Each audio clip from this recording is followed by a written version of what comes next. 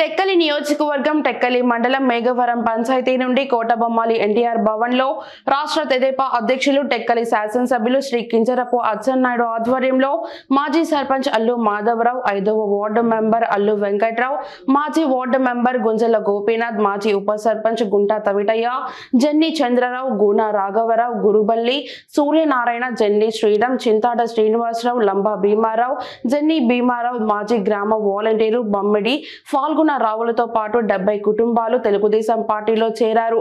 గ్రామాల అభివృద్ధి చేసుకోవాలంటే అచ్చెన్నాయుడు గారితోనే సాధ్యమని, అందుకే ఆయన నాయకత్వంలో పనిచేయాలని ముందుకొచ్చామని తెలిపారు.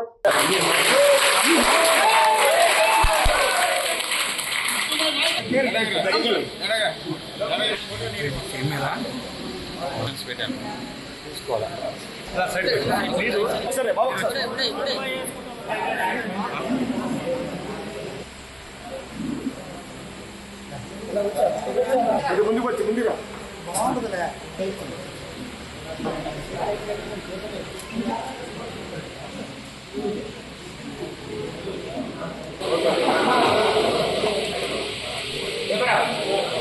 అయ్యా చేయండి కొద్దిగా